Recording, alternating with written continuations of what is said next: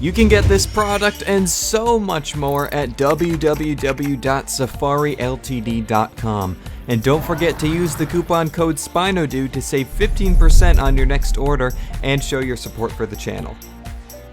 Hey guys, SpinoDude here, and today we're going to be taking a look at the 2016 Safari Ltd. Carcharodontosaurus.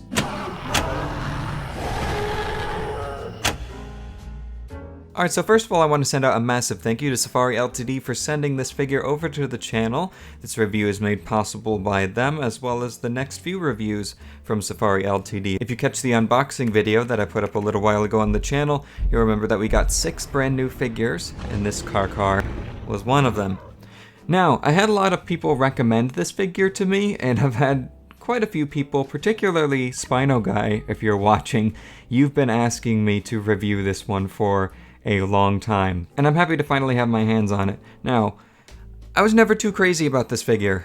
I didn't have anything really against it, but it was just always kind of generic to me. Now, you know, generic is in your typical brown, fairly chunky theropod figure. And getting it in hand, it does look proportionally a little bit better than what I was expecting it to be, actually. And the colors have actually been growing on me a little bit.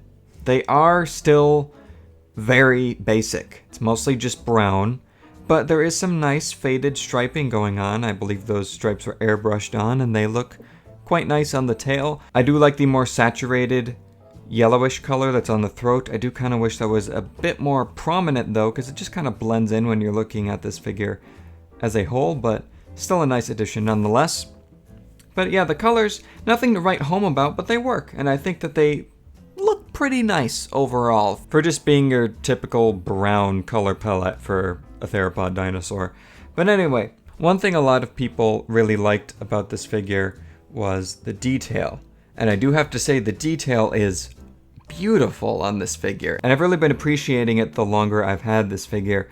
You can see the teensy tiny scales, and they're not consistent in, you know, scale size or scale shape and style. It's all these different sizes of little tiny scales throughout the body, and it does make the detailing feel very naturalistic. I just zoomed in here, you can just see how beautiful that scalation detail looks. And it's really hard to appreciate the detailing from a distance until you get in close like this and just see how gorgeously that was sculpted. Now this one is all hand sculpted, and it looks beautiful. I absolutely love it. Now there's a closer look at the feet. I love the larger scales running down the toes and down the front of the feet, of course.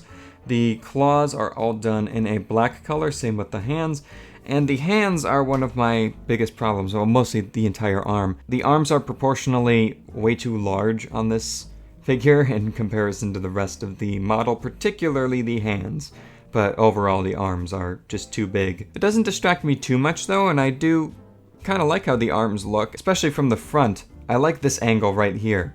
It looks triumphant, it looks intimidating there with the arms kind of dangling down, and you can just hear it emitting like a roar echoing across a landscape. It is pretty cool, and I do think this figure is going to be great for photography. But still, from an objective standpoint, the arms are too large. And one thing I actually thought is, I thought the head was way too small, but looking at skeletals, it actually looks pretty good to me overall. The biggest thing that makes the head look small is the size of the eyes. The eyes are way too big here, and it gives the impression of a way smaller animal than what Carcharodontosaurus actually was. Carcharodontosaurus was up there in the ranks with Tyrannosaurus Rex. It was a big theropod, and just looking at this figure here, it just kind of gives me the impression that it was more in the ranks of size with something like a Neovinator. And I do really think the size of the eyes really affects that, and if those were shrunken down, it would have definitely given the impression of a much larger animal than what this figure conveys. But I think the arms and the eyes are my two biggest problems with this figure. The teeth are quite large and chunky, but they're not as bad as some other figures. The sculpt work overall on the face is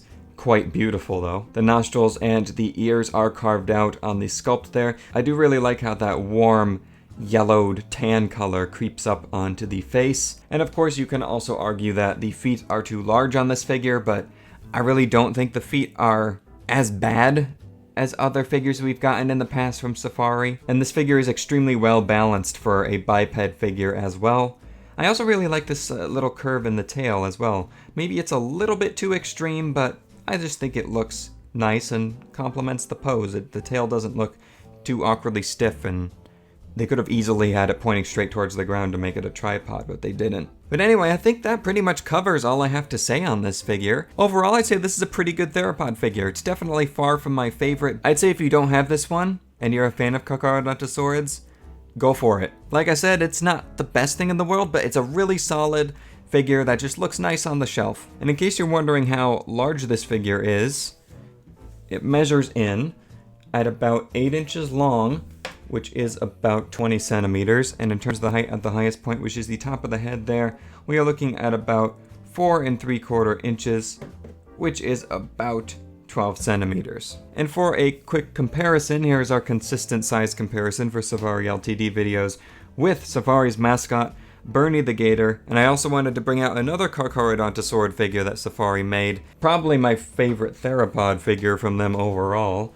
and one of my all-time favorite figures in my collection, their Giganotosaurus from 2017. I would love to see them do a Carcharodontosaurus of similar size to this Giga figure. This Giga is an amazing piece. And Safari, I would love to see you experiment with bases for dynamic poses, just like on this Giganotosaurus.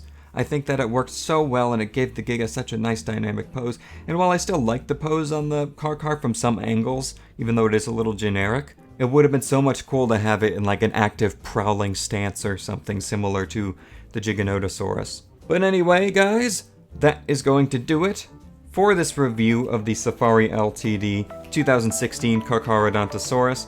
Let me know what you think of this one down below. And if you want to pick this one up for yourself, make sure to use the coupon code SpinoDude to save 15% on your next order and to financially support the channel as well. So thank you guys so much for watching. Leave a like if you liked, and I'll see you guys in my next video. So take care, and bye-bye.